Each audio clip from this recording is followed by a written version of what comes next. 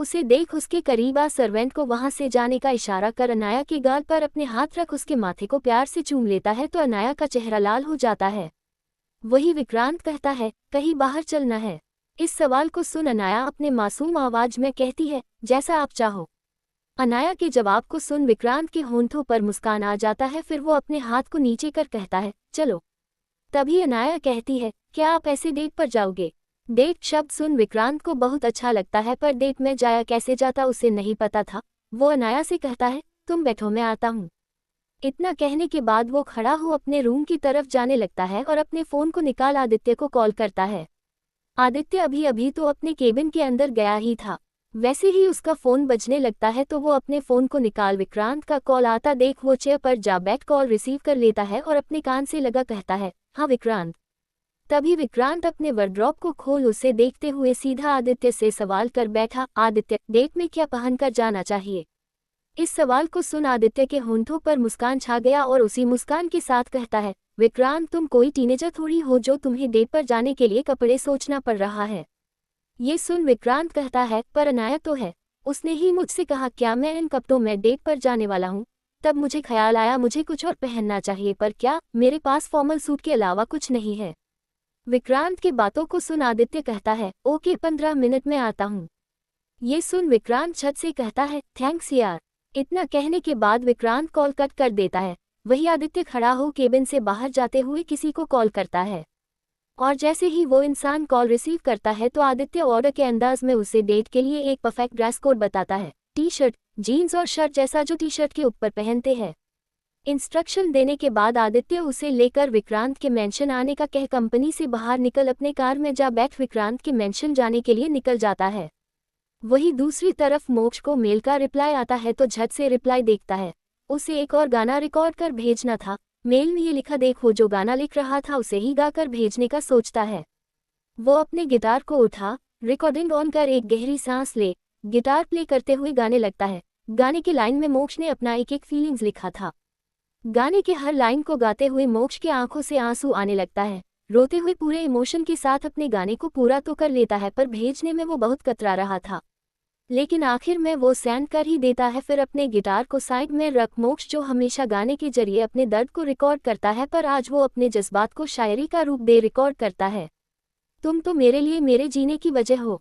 तुम्हारे बिना जीना आसान नहीं है, पर तुमने मुझे ऐसा दर्द दे दिया है कि जिसके बिना जी नहीं सकते हैं उसके बिना ही जीने का रह ढूंढना पड़ रहा है। अपने बातों को कहने के बाद मोक्ष रोने लगता है और कहता है, अनिरुद्ध मेरा प्यार जैसे आपके लिए कभी कम नहीं हो सकता है वैसे ही आपने जो दर्द दिया है वो कभी खत्म नहीं हो सकता है। इसलिए मैं आपसे इतना दूर जाना चाहता हूँ ताकि मेरा दिल दिमाग जो आपस में जंग कर रहा है उस जंग को मैं रोक सकूं। मोक्ष अपनी बातें कहते हुए रिकॉर्ड कर रहा था तभी रूम का दरवाजा नॉक होता है तो मोक्ष अपने आंसू पोंछ अपने कैमरे का रिकॉर्डिंग ऑफ कर उसे ड्रॉर के अंदर रख जा दरवाजा खोलता है तो सामने अनिरुद्ध होता है। अनिरुद्ध को देख मोक्ष अपने नजरों को झुका लेता है। वही अनिरुद्ध अपने कोल्ड आवाज में कहता है, तुम वापस क्यों आ गए? इस सवाल को सुन मोक्ष बिना अनिरुद्ध की तरफ देखे कहता है, क्योंकि आप मीटिंग में बिजी थे इसलिए मैं आ गया। मोक्ष की बातों को सुन अनिरुद्ध अपने हाथ को आगे बढ़ा मोक्ष के चेहरे के चीन पर अपने 2 उंगली को रख उसके चेहरे को उठा मोक्ष की सूझे आंखों को देखता है तो अनिरुद्ध को अपने दिल में दर्द महसूस होता है। वो उसके चेहरे पर अपने हाथ को रख अपने उदासी और रिग्रेट से भरी आवाज में कहता है, सॉरी, अचानक से मीटिंग आ गया, नहीं तो मैं तुम्हें छोड़कर नहीं जाता। ये सुन मोक्ष अपने फीके आवाज में कहता है, आई अंडरस्टैंड। मोक्ष के बातों में ना गुस्सा ना नाराजगी, इनफैक्ट कोई इमोशन ना देख अनिरुद्ध रूम के अंदर आ रूम का दरवाजा बंद कर कहता है, मोक्ष मुझे बहुत दर्द हो रहा है तुम्हारे इस बर्ताव से। इतना कह उसे दरवाजे की तरफ कर उसे दरवाजे से टिका उसके चेहरे को अपने हाथ में भर उसके आंखों में देखते हुए कहता है, तुम सामने होकर भी मुझसे इतने दूर हो गए हो कि मैं तुम्हें महसूस करना चाहता पर कर नहीं पा रहा। इतना कहने के बाद वो उसके होंठों पर अपने होंठ टिका देता है और उसे प्यार से किस करने लगता है, पर मोक्ष उसके सीने पर अपने हाथ रख उसे खुद से दूर कर कहता है, क्या आप ऐसे महसूस करना चाहते हैं मुझे, मेरे साथ इंटीमेट होकर? ये सुन अनिरुद्ध अपने गुस्से से भरे नज़र से देख कहता है, क्या तुम्हें लगता है मैं तुम्हारे साथ रिलेशन में बस इंटीमेट होने के लिए आया हूँ? ये सुन मोक्ष अपने चेहरे को फेर कहता है, हाँ। ये सुन अनिरुद्ध की आंखें डार्क हो जाती है और वो अपने कठोर आवाज में कहता है, मोक्ष, अगर इंटीमेट होने के लिए तुम्हारे साथ आना होता तो तुम ड्रिंक कर जितनी बार मुझे उकसाने की कोशिश किए हो उतनी बार हो चुका होता। अपने बात को कहने के बाद मोक्ष को साइड कर रूम का दरवाजा खोल गुस्से में अनिरुद्ध वहां से जाने लगता है। वहीं मोक्ष दीवार से टिक खड़ा रहता है और जैसे ही अनिरुद्ध रूम से चला जाता है मोक्ष की आंखों से आंसू गिरने लगता है। वहीं दूसरी तरफ आदित्य उस आदमी से कपड़ा का बैग ले मेंशन के अंदर गया ही था कि तभी उसका नज़र सोफे पर बैठी अनाया पर जाता है तो अनाया भी आदित्य को देखती है, फिर घबरा कर अपने नजरों को नीचे कर लेती है। अनाया को उससे डरता देख आदित्य के होंठों पर हल्की सी मुस्कान आ जाती है और वो खुद में कहता है, ये मुझे देखकर ऐसे एक्ट क्यों करती है। अपने आप में ये सवाल करते हुए वो विक्रांत का रूम चला जाता है। वही अनाया अपने मन में कहती है, विक्रांत क्या कर रहे हैं और उनके दोस्त क्यों आए हैं, क्या वो बिजी है काम में। अनाया के मन में ये सब चल रहा था तभी आदित्य विक्रांत के रूम का दरवाजा नॉक करता है तो विक्रांत दरवाजा खोल देता है। तभी आदित्य उसकी तरफ बैग बढ़ा देता है तो उसे ले विक्रांत कहता है, थैंक यू, तुम हमेशा मेरे लिए होते हो। ये सुन आदित्य बस मुस्कुरा देता है। वही विक्रांत उसके हाथ से बैग ले कहता है, हॉल में वेट करो, मैं तुरंत आता हूँ। ये सुन आदित्य ओके कहता है, फिर हॉल की तरफ बढ़ जाता है। वही विक्रांत रूम का दरवाजा बंद कर उस कपड़े को जा पहनने लगता है। वही आदित्य नीचे अनाया के अपोजिट साइड जा बैठ जाता है तो अनाया को बहुत नर्वसनेस फील होने लगता है। आदित्य अनाया की तरफ देखता है, उसे नर्वस देख आदित्य सवाल करता है, डर लगता है क्या मुझसे। इस सवाल को सुन अनाया अपने चेहरे को ऊपर करती है और अपने घबराए नज़र से देख कहती है, हाँ हाँ मतलब नहीं। ये सुन आदित्य हंसने लगता है और कहता है, क्यों डरती हो, क्या मैंने कुछ अनजाने में तुम्हारे साथ गलत किया है। इस सवाल को सुन अनाया ना में सिर हिलाती है तो आदित्य कहता है, तो फिर। अनाया नर्वसनेस अपने बाल कान के पीछे करते हुए कहती है, विहान चाचू के साथ मैं बिजनेस न्यूज देख रही थी, तभी न्यूज में आपके रूड बिहेवियर को दिखाया जा रहा था और आपके ब्रेकअप का न्यूज तो चाचू ने कहा था आप बहुत गुस्सैल इंसान हो और बहुत बुरे भी। इतना कह वो रुक जाती है। वही ये सुन आदित्य अपने मन में कहता है, विहान तुम कौन सा दूध के धुले हो। अपने मन में इतना कहने के बाद आदित्य कहता है, देखो मैं गुस्सा करता हूँ पर जब मुझे कोई गुस्सा दिलाता है तो देखो क्या मैं अभी गुस्सा किया तुम्हारे बातों को सुनकर। ये सुन अनाया ना में सिर हिलाती है। तभी आदित्य आगे कहता है, और बात रही ब्रेकअप का तो वो झूठा न्यूज है, मैं आज तक किसी भी लड़की के साथ रिलेशन में नहीं आया हूँ। ये सुन अनाया बस आदित्य को देखती है। वही आदित्य कहता है, न्यूज में सब हकीकत नहीं होता है, इसलिए न्यूज देखकर किसी को जज मत करो, समझ आया लिटिल गर्ल। ये सुन अनाया अपने सिर को हाँ में हिलाती है। तभी विक्रांत आ जाता है और अनाया की नज़र विक्रांत पर पड़ती है तो वो बस उसे देखते रह जाती है। विक्रांत कैजुअल कपड़ों में बहुत डैशिंग लग रहा था, साथ ही कॉलेज बॉय की तरह। विक्रांत को देख अनाया का चेहरा ब्लश करने लगता है तो विक्रांत अनाया के चेहरे के रिएक्शन को देखता है तो विक्रांत को उसके रिएक्शन को देख सेटिस्फैक्शन मिलता है। फिर वो दोनों से ही सवाल करता है, तुम दोनों क्या बातें कर रहे थे। इस सवाल को सुन आदित्य कहता है, अनाया कह रही थी कि तुम फॉर्मल कपड़ों में बुरे लगते हो। ये सुन अनाया झट से कहती है, नहीं नहीं मैंने ऐसा कब कहा, आप झूठे हो। आखिरी शब्द कह अनाया अपने होंठों पर हाथ रख दी। वही आदित्य हंसने लगता है। तभी विक्रांत कहता है, मेरी लिटिल प्रिंसेस को तंग करना बंद करो। ये सुन आदित्य हंसते हुए कहता है, फाइन सब ठीक है तो मैं चलता हूँ, ओके। आदित्य की बातों को सुन विक्रांत कहता है, ठीक है। तो वो खड़ा हो जाता है। वही अनाया भी खड़ी हो कहती है, सॉरी।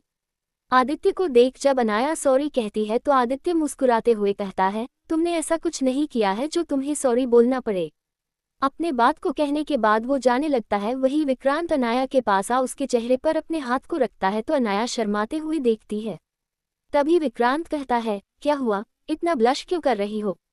इस सवाल को सुन अनाया अपनी नजरें ऊपर कर विक्रांत को देखती है, फिर शर्माहट से भरी आवाज में कहती है, आप बहुत अच्छे दिख रहे हो। इस बात को सुन विक्रांत अनाया के कोमल होंठों को अपने अंगूठे से रब करते हुए सवाल करता है, क्या आज से पहले अच्छा नहीं दिखता था। ये सुन अनाया झट से कहती है, आप हमेशा बहुत अच्छे दिखते हो पर आज बहुत बहुत बहुत ज्यादा वाला अच्छे दिख रहे हो। अनाया का एक्सप्लेनेशन सुन विक्रांत के होंठों पर मुस्कान छा जाता है। वो मुस्कुराते हुए अनाया के सिर पर प्यार से चूम उसे अपने साथ मेंशन से बाहर ले जाने लगता है। वही दूसरी तरफ विहान रचना के साथ कार में था। कार में शांति था जिसे तोड़ने के लिए रचना म्यूजिक प्ले करती है, जिसमें ईमान हाशमीन का हॉट सा रोमांटिक सॉन्ग बज रहा था। तेरी बाहों में मिली ऐसी राहत सी मुझे, हो गई जाने जहां तेरी आदत सी मुझे, देखूं मैं जब तुझको तो तब मेरा दिन ये ढले।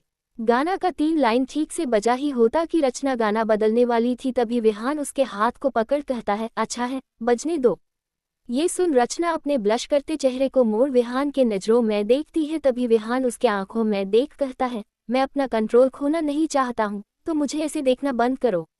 विहान की बातें सुन रचना झट से अपने चेहरे को मोड़ देती है। वही विहान अपना हाथ पीछे कर मुस्कुराते हुए कार ड्राइव करने लगता है और रोमांटिक गाना कार में गूंज रहा होता है। कुछ वक्त के बाद आदित्य अपना कंपनी पहुंच जाता है। कंपनी पहुंचने के बाद वो अपने केबिन के अंदर आता ही है कि तभी उसे दिव्या नजर आती है। दिव्या को देख आदित्य उसके पास जाता है और टेबल से टिक अपने कोल्ड नजर से उसे देखता है। तभी दिव्या कहती है, ये सब क्या है? दिव्या का सवाल को सुन आदित्य अपने कोल्ड आवाज में कहता है, तुम्हें पता है ना, मुझे इग्नोरेंस पसंद नहीं है। आदित्य की बातों को सुन दिव्या खड़ी हो कठोरता से आदित्य को देख अपने उंगली को आदित्य की तरफ पॉइंट आउट करते हुए कहती है, मेरे भाई से दूर रहो। अगर इससे आगे दिव्या कुछ भी कहती आदित्य दिव्या का हाथ को पकड़ उसके पीठ की पूंछे मोड़ उसके हाथ को ऊपर करता है तो दर्द से दिव्या करहा उठती है और उसके शब्द उसके गले में ही अटक जाता है। तभी आदित्य अपने कोल्ड आवाज में कहता है, मुझे पसंद नहीं है कोई फिंगर पॉइंट आउट करे, और दिव्या अगर मैं जान बचा सकता हूँ तो ले भी सकता हूँ, तो सोच समझकर अपने कदम मेरे खिलाफ बढ़ाना। इतना कहने के बाद वो दिव्या के हाथ को छोड़ देता है। वही दिव्या कहती है, आदित्य पूरी दुनिया तुम्हें बहुत बुरा मानते थे, पर मैं जानती थी तुम जितने बुरे हो उससे कई गुना अधिक अच्छे भी हो, पर अब लगता है दुनिया वाले तुम्हें सही समझते थे, वो मैं ही गलत थी। दिव्या की बातों को सुन आदित्य अपना चेयर पर जा बैठ कहता है, अब तो तुम्हें पता चल गया है ना, तो जो जानती हो वो बता दो, फिर मैं ऐसा कुछ नहीं करूंगा जिससे तुम्हें या तुम्हारे भाई को हर्ट हो। आदित्य की बातों को सुन दिव्या गुस्से में आदित्य को देखती है और कहती है, विराज ने कुछ नहीं किया था, पूरा प्लान तुम्हारे डैड का था, क्योंकि उन्हें लगता था तुम्हारे साथ विराज है तो तुम पूरे तरीके से उनके हाथ से निकल जाओगे, इसलिए वो तुम दोनों के बीच मिसअंडरस्टैंडिंग पैदा किए। फिर जब मुझे ये पता चला तो मैं तुम्हें सब सच बताने वाली थी, पर तब तक वो मेरे भाई को किडनैप कर चुके थे, इसलिए ना चाहते हुए भी मुझे अपना मुंह बंद करना पड़ा। और तुम्हें पता है विराज को जान से मारने का भी साजिश तुम्हारे डैड का था। मैं विराज को बचाना चाहती थी पर मैं कुछ नहीं कर पाई। इतना कहने के बाद दिव्या की आंखों से आंसू गिरने लगता है तो आदित्य दिव्या की तरफ देखता है और कहता है, तुम्हें मुझे बताना चाहिए था, मैं तुम्हारे भाई को सेव करता। आदित्य की बातों को सुन दिव्या आदित्य की तरफ अपने नम नजरों से देख कहती है, जो इंसान अपने जान से अधिक प्यारे डॉग को अपने बाप से सेव नहीं कर पाया वो मेरे भाई को कैसे करता अपने बाप से सेव। आज भी तुम अपने बाप की वजह से ही अवनी के साथ शादी कर रहे हो। दिव्या की बातों को सुन आदित्य अपने कोल्ड आवाज में कहता है, दिव्या अब मैं 17 या 18 साल का बच्चा नहीं हूँ जो अपने बाप के धमकियों से डरूं, और अवनी से शादी करने का मकसद कुछ और है। ये बात सुन दिव्या कहती है, जो भी हो पर जय को हॉट करके तुम कभी खुश नहीं रह पाओगे। ये सुन आदित्य कहता है, तुम अपना फिक्र करो, मेरा नहीं। इतना कहने के बाद वो सिगरेट जला सिगरेट के कस लेने लगता है। वही दिव्या खड़ी हो कहती है, तुम्हारे बाप को लगता है विराज मर चुका है तो ये बात पता मत चलने देना, मैं नहीं चाहती विराज के साथ वो फिर कुछ करे। ये सुन आदित्य कहता है, कितना प्यार करती हो पर प्यार के बदले वो तुम्हें भाव तक नहीं देता है। आदित्य की बातों को सुन दिव्या कहती है, मैंने जो उसके साथ किया है अगर उसे पता चलेगा तो अभी वो मुझसे बस प्यार नहीं करता है, उस वक्त वो मुझसे नफरत करने लगेगा और मैं उसकी आंखों में अपने लिए इतना नफरत बर्दाश्त नहीं कर सकती हूँ। दिव्या की बातों को सुन आदित्य कहता है, अगर तुम उसे बताओगी तुम अपने भाई के लिए ये सब की हो तो वो तुमसे कभी नफरत नहीं करेगा। प्यार की गारंटी में नहीं ले सकता क्योंकि वो मेरे दुनिया में आया बस एक लड़की के लिए था, वो बस उन सभी से बदला लेना चाहता था जो लोग उससे उसका प्यार छीने थे। विराज के लिए उसका परिवार और वो लड़की सब कुछ थी, क्योंकि जब से वो मेरे साथ काम करना शुरू किया था तब से आज तक वो किसी लड़की की तरफ अपने नजरें उठाकर भी नहीं देखा है। कोई लड़की उसे कितना भी सेड्यूस कर ले पर वो कभी बहक नहीं सकता है। आदित्य अपने बात को कहने के बाद अपने आंखों को बंद कर चेयर पर सिर टिका सिगरेट के कस लेते हुए कहता है, दिव्या तुम्हें मेरे लिए काम बंद करने का कोई जरूरत नहीं है। तुम्हें भी पता है अगर मेरे बाप को शक हुआ कि तुम मुझे सब बता चुकी हो तो वो तुम्हें और तुम्हारे भाई को हार्म कर सकते हैं। इतना कहने के बाद आदित्य अपने आंखों को खोल कहता है, मेरे साथ रहो, मैं तुम्हारे भाई को कुछ नहीं होने दूंगा। तुम्हें भी पता है अब मैं वो आदित्य नहीं जिसका इस्तेमाल मेरा बाप कर सके। ये बात सुन दिव्या आदित्य को देखती है फिर कहती है, ठीक है। इतना कहने के बाद खड़ी हो जाने लगती है। वैसे भी दिव्या विराज को खो चुकी थी, आदित्य के लिए काम नहीं भी करेगी तो भी वो विराज को पा नहीं पाएगी, पर आदित्य के साथ रहने से उसका भाई तो प्रोटेक्ट रहेगा, उसे इतना तो कन्फर्म था।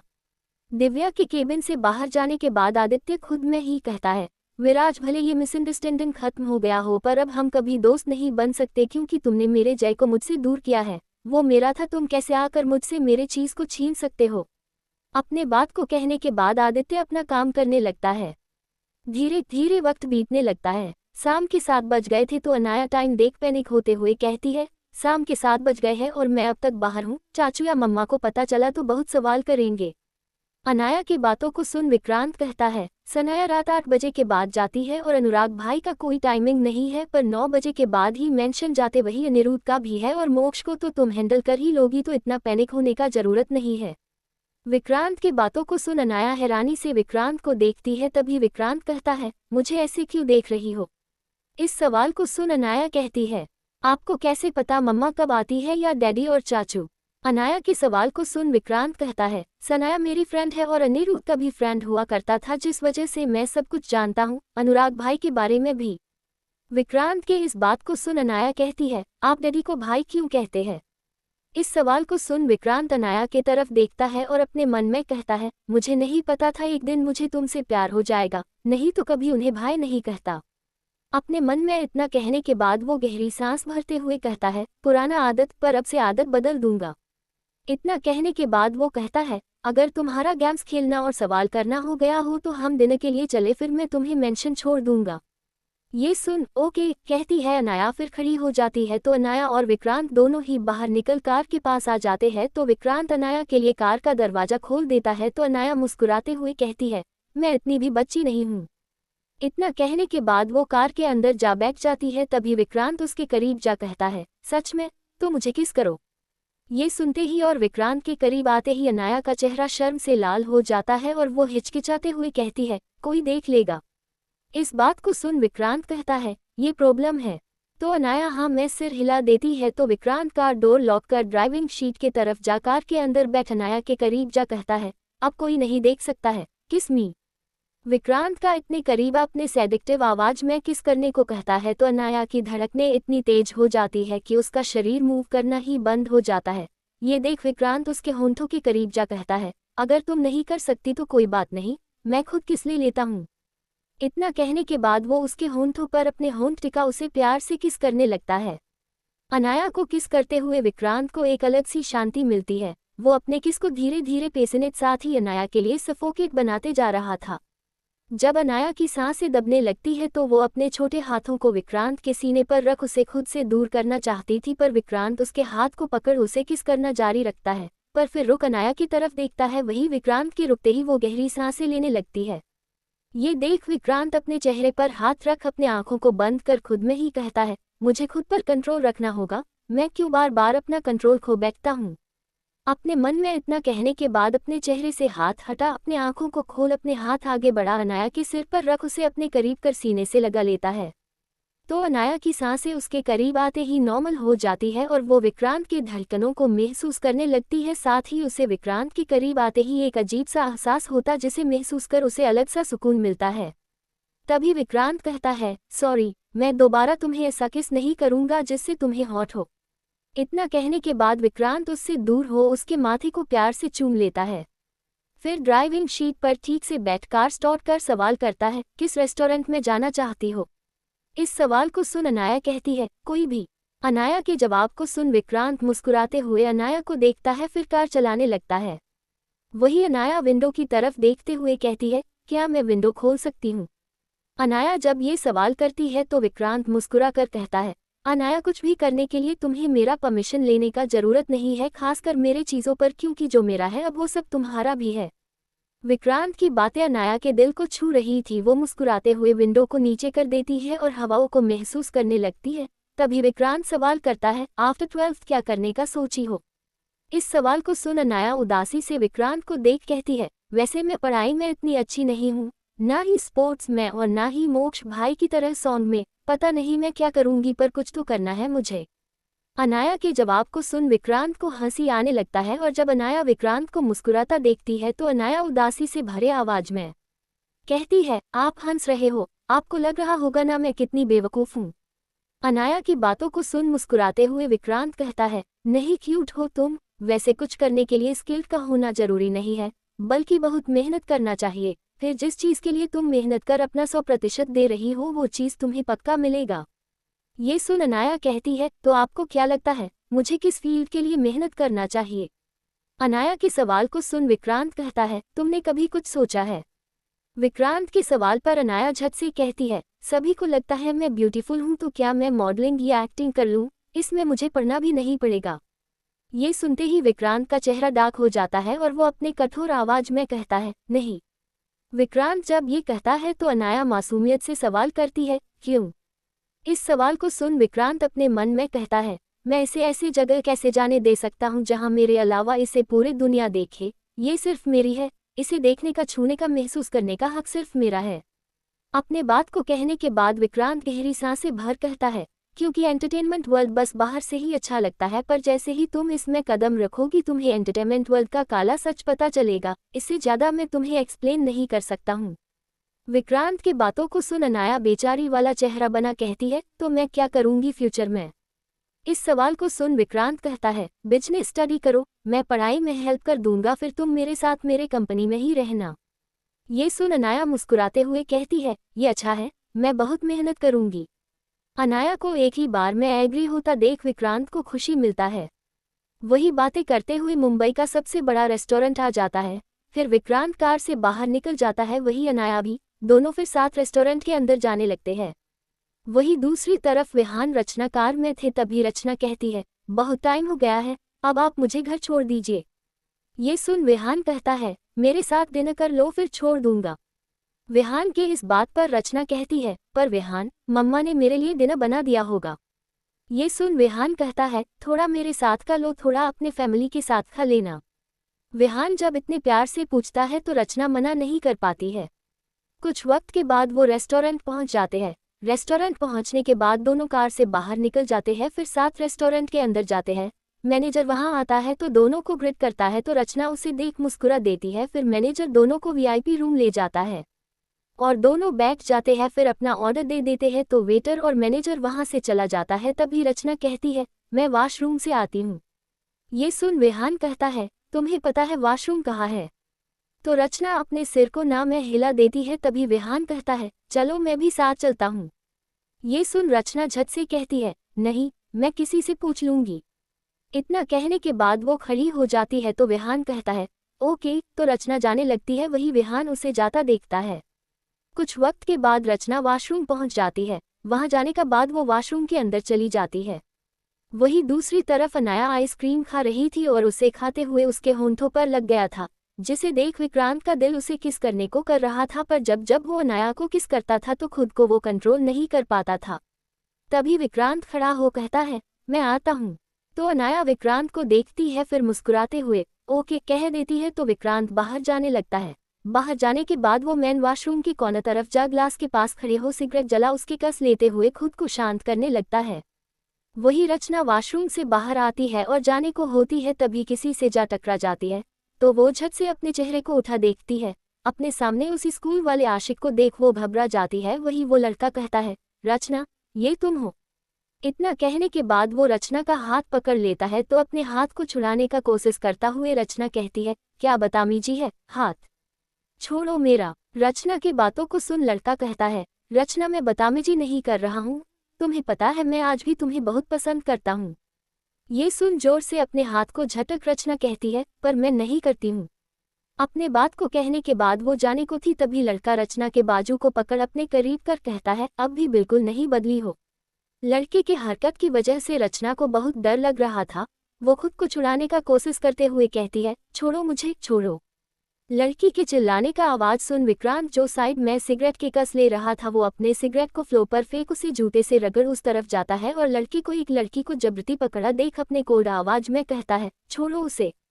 विक्रांत की कोल्ड आवाज को सुन लड़का उस तरफ देखता है। बिजनेस टाइकून विक्रांत चौहान को देख उसका चेहरा ब्लैक हो जाता है, पर उसके हाथ अब भी रचना के बाजू को कसके पकड़ हुए थे। तभी विक्रांत वहां आ रचना को उससे दूर कर खुद की तरफ करते हुए उस लड़के को कठोरता से देखता है। तो लड़का विक्रांत के गुस्से से भरे चेहरे को देख झट से कहता है, मैं कुछ नहीं कर रहा हूँ, ये मेरी एक्स गर्लफ्रेंड है।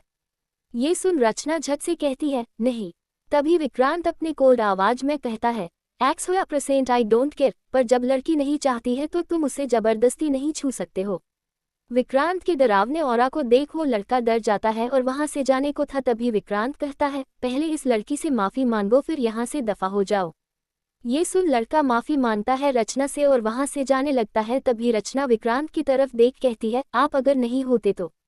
इससे आगे वो कुछ भी कहती कि तभी विहान वहां आ रचना का हाथ पकड़ अपने बाहों में खींच अपने सीधे खड़े विक्रांत को अपने कठोर नजर से देखता है। वही रचना विहान को। तभी रचना कहती है, विहान आप यहाँ क्यों आए? उसके सवाल को सुन विहान कहता है, क्योंकि तुम लेट कर रही थी तो मुझे तुम्हारा फिक्र हो रहा था, इसलिए बस देखने आ गया। पर तुम इसके साथ क्यों हो? इसने कुछ किया? अपने आखिरी शब्द को विहान गुस्से में कहा था वही विक्रांत जाने लगता है। तभी रचना कहती है, रुकिए। ये सुन विक्रांत रुक मुड़ रचना की तरफ देखता है। तभी रचना कहती है, थैंक यू भैया। ये सुन विक्रांत कहता है, ओके। इतना कह वो जाने लगता है। वही विहान रचना को अपने तरफ कर सवाल करता है, तुम उसे थैंक यू क्यों बोल रही हो? विहान की बातें जाते हुए विक्रांत को सुनाई दे दिया था। तभी रचना उसे सब बता देती है और विक्रांत जा चुका था। वो वीआईपी रूम के अंदर आते हुए बस यही सोच रहा था कि जब भी वो डेट में अनाया के साथ कहीं आता है तो उसे विहान क्यों दिख जाता है। वो अंदर आ बैठ जाता है तो अनाया सवाल करती है, आप इतने देर तक कहाँ थे? इस सवाल को सुन विक्रांत कहता है, वॉशरूम। वैसे विहान इस रेस्टोरेंट में है। ये सुनते ही अनाया की आंखें बड़ी बड़ी हो जाती है। तभी विक्रांत का फोन बजता है तो वो अपने फोन को निकाल विहान का कॉल आता देख अनाया की तरफ देख कहता है, विहान का कॉल है, चुप रहना ओके। ये सुन अनाया के मन में सवाल चलने लगता है, दोनों के बीच तो दुश्मनी है, फिर विहान चाचू कॉल क्यों किए हैं? अनाया के मन में सवाल चल रहे होते हैं। वही विक्रांत कॉल अटेंड कर कहता है, हाँ विहान। तभी विहान अपने रुड आवाज में ही कहता है, मैं तुम्हें थैंक्स कभी नहीं बोलना चाहूंगा, पर आज तुमने जिसकी हेल्प की वो मेरे लिए बहुत खास है, इसलिए थैंक यू। विहान की बातों को सुन विक्रांत कहता है, ओके। तो विहान ये शब्द सुन कॉल कट कर देता है। तभी विक्रांत अपने फोन को रख अपने मन में कहता है, जैसी लड़की विहान को चाहिए थी आखिरकार उसे मिल ही गई, पर मेरे डेट को वो क्यों खराब कर रहा? अब मैं अनाया के साथ बाहर कैसे जाऊं? उसने देख लिया तो। अपने मन में इतना कहने के बाद वो अनाया की तरफ देखता है जो सवालों से भरे नज़र से विक्रांत को देख रही थी, साथ ही परेशान भी थी। तभी विक्रांत अपने कोट को निकाल अनाया के सिर पर रख खड़ा हो उसके चेहरे को अपने तरफ कर उसे अपने गोद में उठा लेता है तो अनाया उसे हैरानी से देखने लगती है। तभी विक्रांत कहता है, अब वो तुम्हें देखकर भी नहीं पहचान पाएगा। इतना कहने के बाद वो उसे अपने साथ रेस्टोरेंट के बाहर ले जाने लगता है। कुछ वक्त के बाद विक्रांत कार के पास आ कार डोर खोल वो अनाया को कार के अंदर बैठाने लगता है। वही विहान भी वापस लौट रहा था क्योंकि रचना का मूड ऑफ हो चुका था। तभी विहान विक्रांत को किसी को कार के अंदर प्यार से बैठाता हुआ देखता है तो विहान अपने कार का डोर खोल देता है। वही रचना कार के अंदर जा बैठने लगती है और विहान उस तरफ देखते हुए अपने मन में कहता है, विक्रांत किसी लड़की का केयर कर रहा, मुझे भरोसा नहीं हो रहा है। अपने आप ये कहने के बाद वो ड्राइविंग सीट पर जा बैठ जाता है। कुछ वक्त बाद विक्रांत अनाया को और विहान रचना को उनके घर ड्रॉप कर देता है और खुद निकल जाता है। धीरे धीरे वक्त बीतने लगता है। रात का 10 बज गए थे। अग्निहोत्री मेंशन में डिनर के बाद सभी अपने रूम चले गए थे। अनिरुद्ध मोक्ष के रूम के पास जाता है। दरवाजा थोड़ा खुला था तो अनिरुद्ध नॉक ना कर दरवाजा पूरा खोल देता है। तभी मोक्ष का नजर दरवाजे पर जाता है और वो झट से अपने हाथ में पकड़ा एक डब्बा बंद कर तकिए के नीचे रख कहता है, आप यहाँ क्या कर रहे हैं? अनिरुद्ध देखा तो था मोक्ष कुछ उससे छिपाने का कोशिश कर रहा है पर वो इस बारे में कुछ सवाल नहीं करता है।